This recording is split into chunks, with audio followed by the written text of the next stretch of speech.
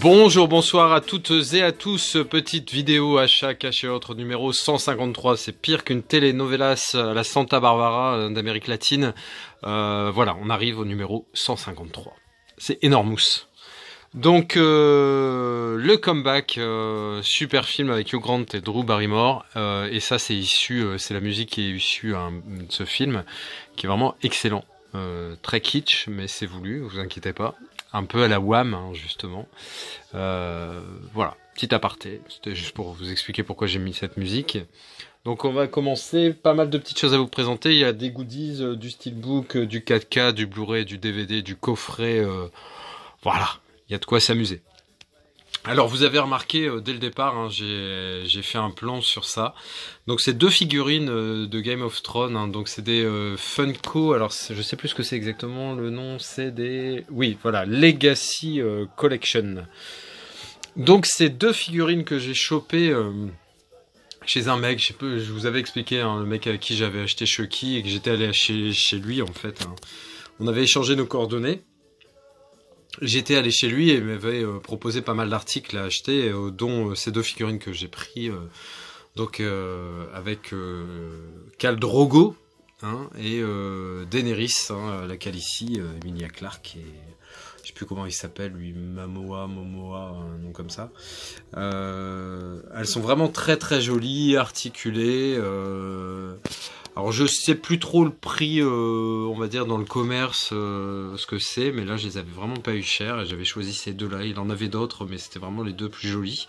Donc elles sont dans mon coin Game of Thrones, hein, forcément. Là je les ai sorties pour l'occasion parce que en fait cette fois-là j'ai acheté pas mal de goodies et je vous les ai pas présentés. Donc j'en ai un peu à droite à gauche. Alors j'essaie de me souvenir ce que je vous ai montré ou pas, mais ça je sais que ça faisait partie des figurines que je vous avais pas encore présentées. Donc voilà. Donc on va rester dans le thème Game of Thrones, hein, justement. Alors incroyable, hein, à Nose, j'étais en train de me balader dans les rayons et je vois ça. Donc c'est la fameuse broche, hein, la main du roi, hein, qui donne, en fait, un peu comme le Premier ministre. Une fois qu'on a cette broche, on assure, on a un peu l'adjoint du roi.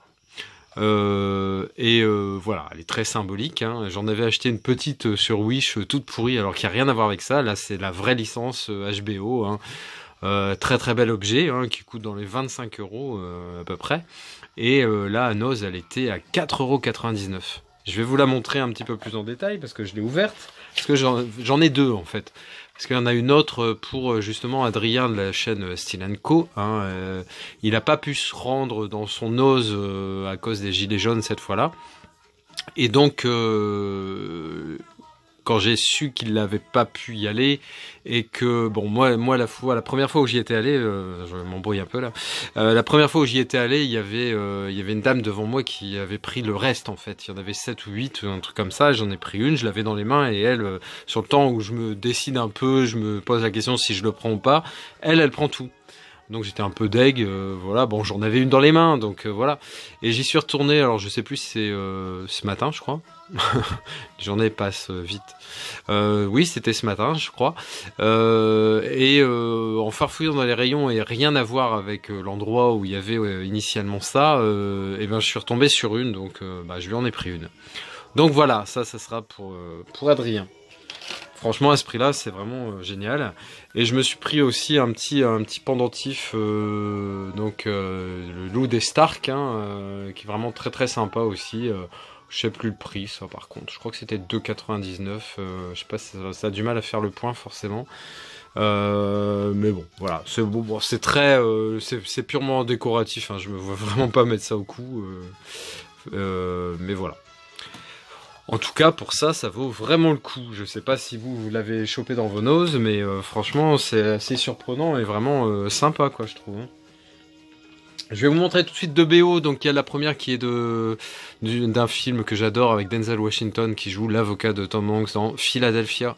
Il y a des chansons, la fameuse chanson de Bruce Springsteen, donc Streets of Philadelphia.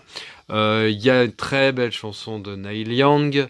Il y a du Spin Doctors, du Sade, et du Peter Gabriel entre autres. C'est une très très belle BO, hein, un film que j'avais vu au cinéma aussi à l'époque.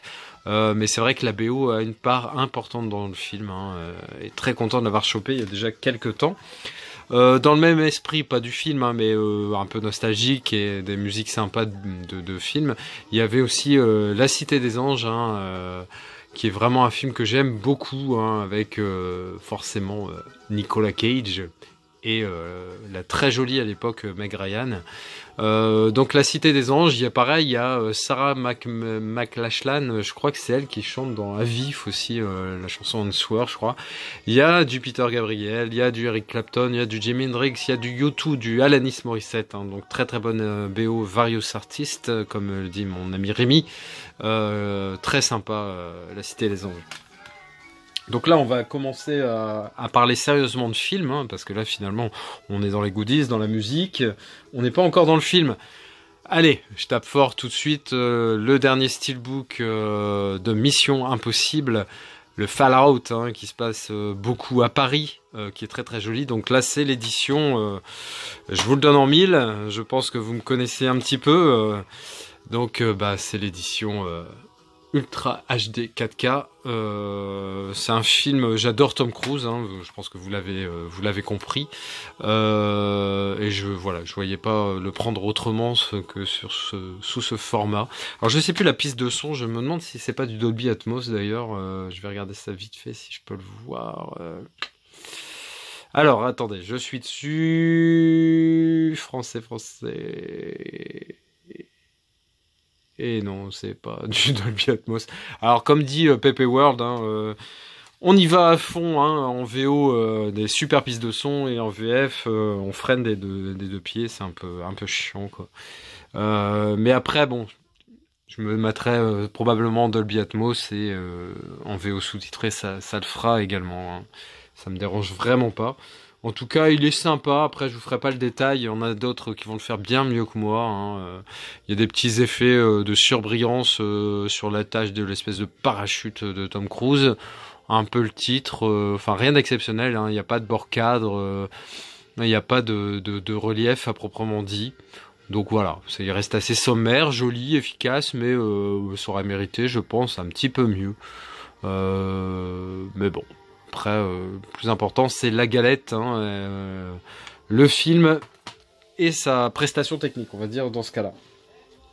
Alors, il y a quelques temps, j'ai chopé ce coffret vendredi 13, hein, donc coffret DVD qui en contient 7.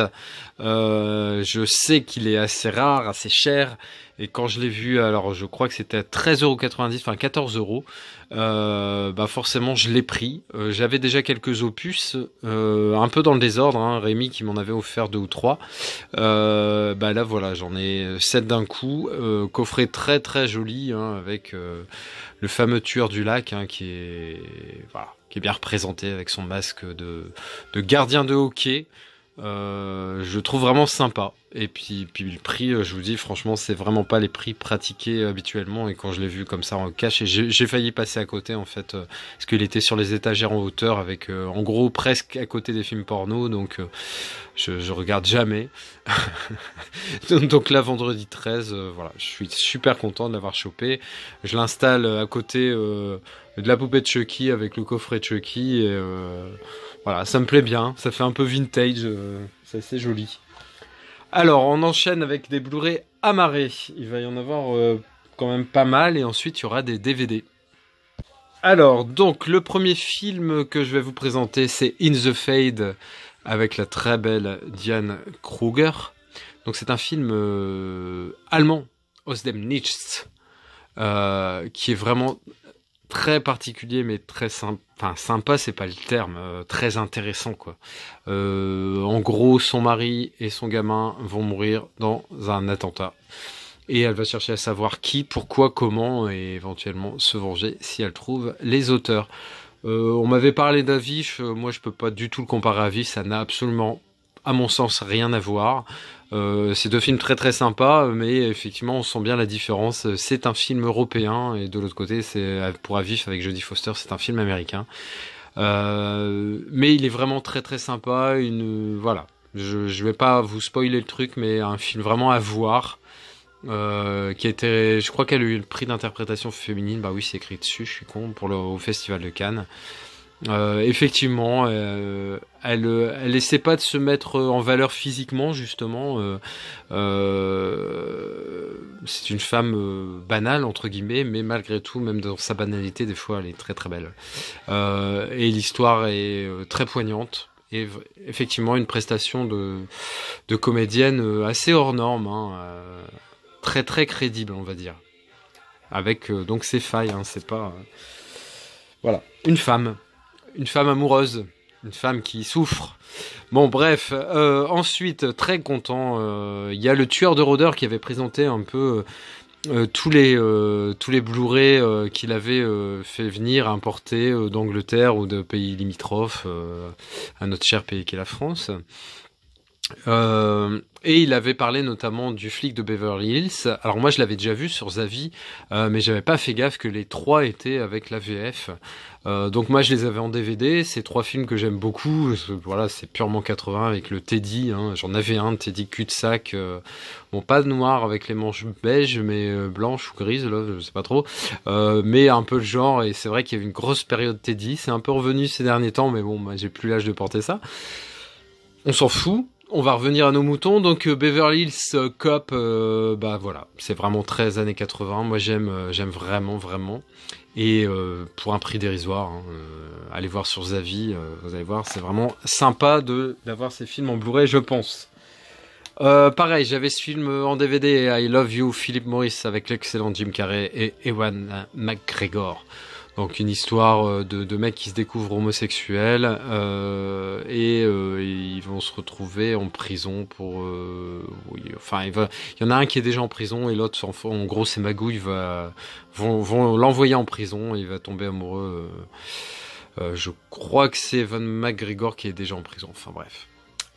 Assez sympathique, rôle encore très particulier pour Jim Carrey, hein, qui est abonné à nous faire perdre pied, hein, et même si il joue beaucoup de films comiques, il est aussi capable d'autres registres. Donc très content de rentrer ça dans ma filmo en BR.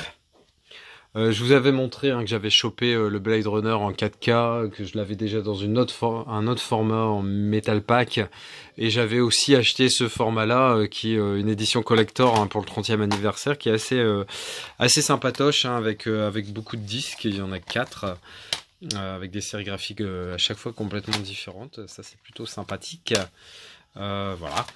Il y a un peu tout, la version Director's Cut, donc version longue, la version originale qui était sortie dans les salles, la version de travail rarissime, le documentaire, les temps difficiles, le Final Cut, etc., etc. Donc c'est un film effectivement qui est très important pour moi. Un film qui m'a fait un peu, on va dire que c'était les balbutiements de mes découvertes de science-fiction. Et j'aime beaucoup Blade Runner. Alors registre, là on passe du coq à l'âne, hein, on passe d'un chef-d'œuvre à un autre chef-d'œuvre, mais dans un registre complètement différent. C'est un film avec Sacha Baron Cohen, hein, mec complètement irrévérencieux, que j'apprécie beaucoup, et ce Dictator était vraiment sympa. Et j'avais chopé un DVD dans une médiathèque qui fermait, et donc ils vendaient leur stock de films, hein, qui prêtaient au public. Je l'avais chopé à 1 euro, hein. Ils vendaient tout à 1 euro. Et voilà. Le film était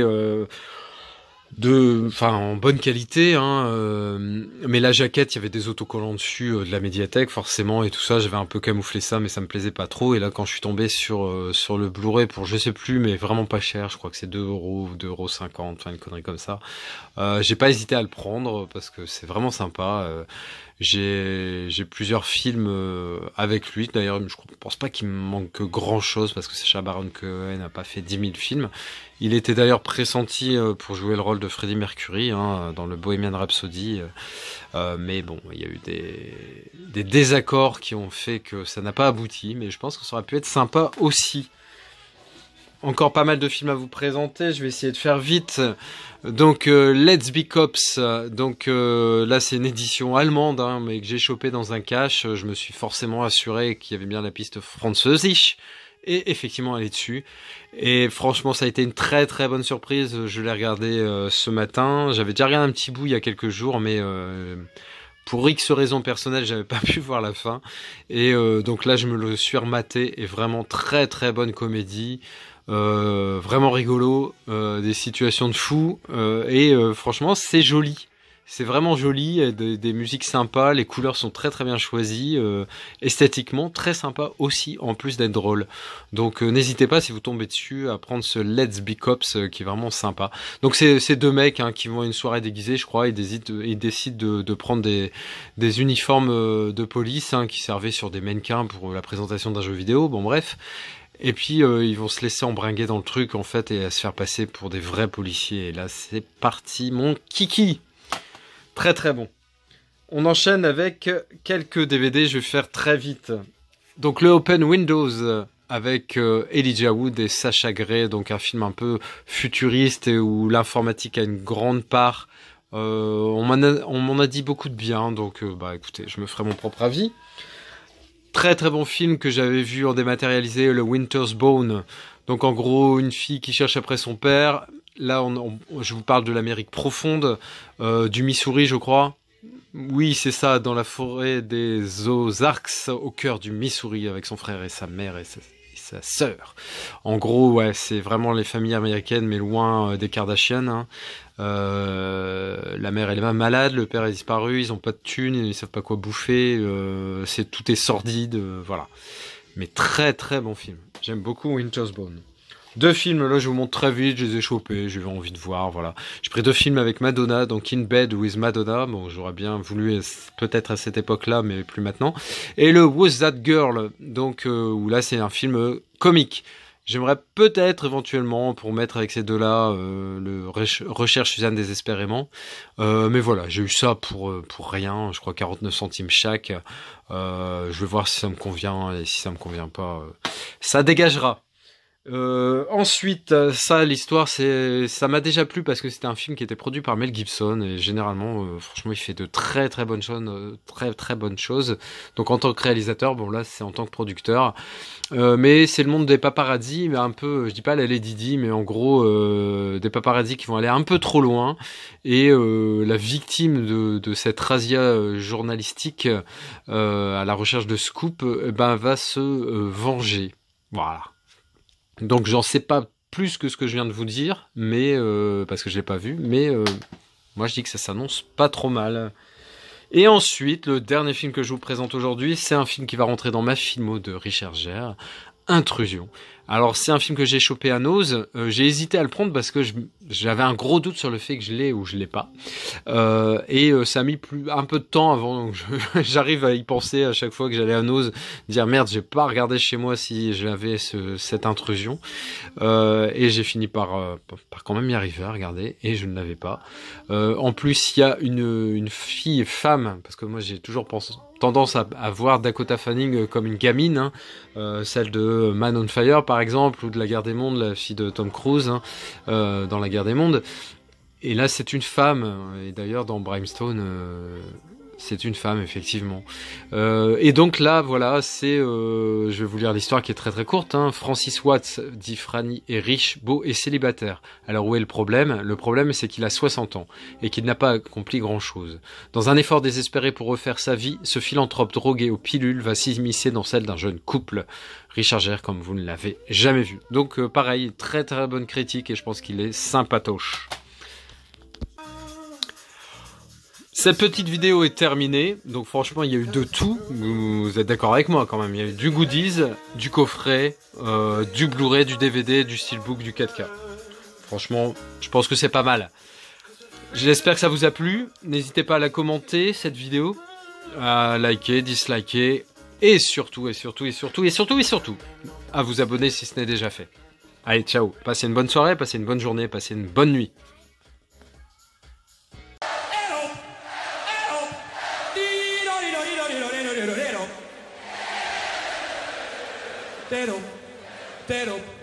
All right.